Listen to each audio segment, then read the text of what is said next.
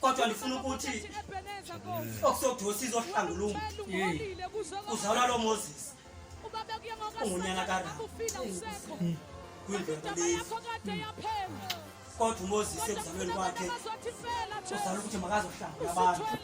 kodwa endleleni it was not easy ngoba uThixo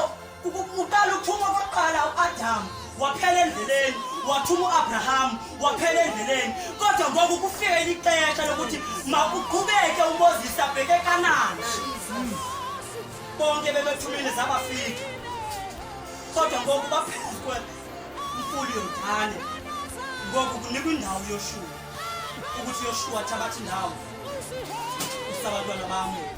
eKhanani kwilizwe likubekele lona lilizwe elibaleka amasi nobusi lilizwe lokonwaba akho mfulu